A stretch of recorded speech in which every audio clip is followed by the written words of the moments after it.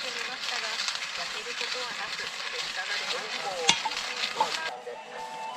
ラジオの前の皆さん、健康に気をつけ、不安が抱え、話題の商品のご紹介になります。本日はよろしくお願いいたします。すいませんね。はい、そのための肝臓からですね、生成する肝油ということですが、アイサメというサメがいます。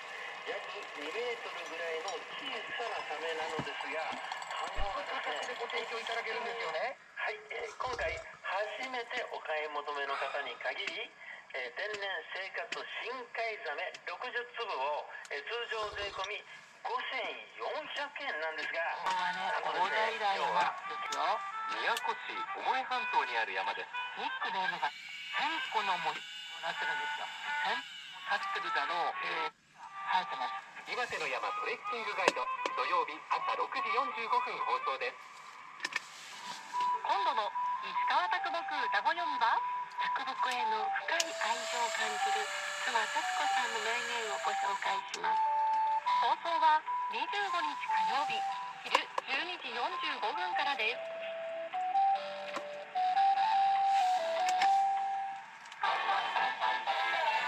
中美優子です。あなたの夜に音楽を。夜がオールナイトニッポンではあなたからのお待ちしています。大切な思い出やエピソードを添えてお寄せください。中美優子がお送り提供でお送りします。入れます。僕はちょっと暑いのでアイスでいきます。氷も入れちゃいましょうかね。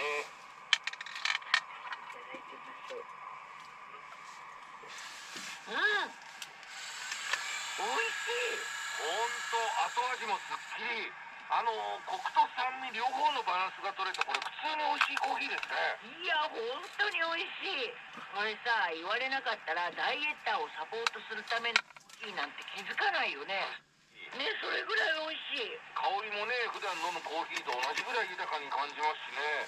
僕ね、普段飲んでるコーヒーよりも好きかもしれないです。いやね。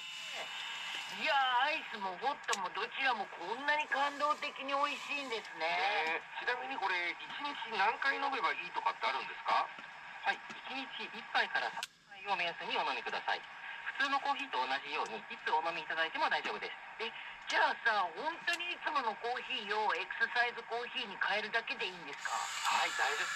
置き換えみたいなのをね、こう想像していたんですけど、本当に普段のコーヒーをエクササイズコーヒーにすればいいんですね。でもなんでここまで体重が落ちると実感できるんですかね。なんかこう成分に秘密でもあるんですか？はい、コーヒー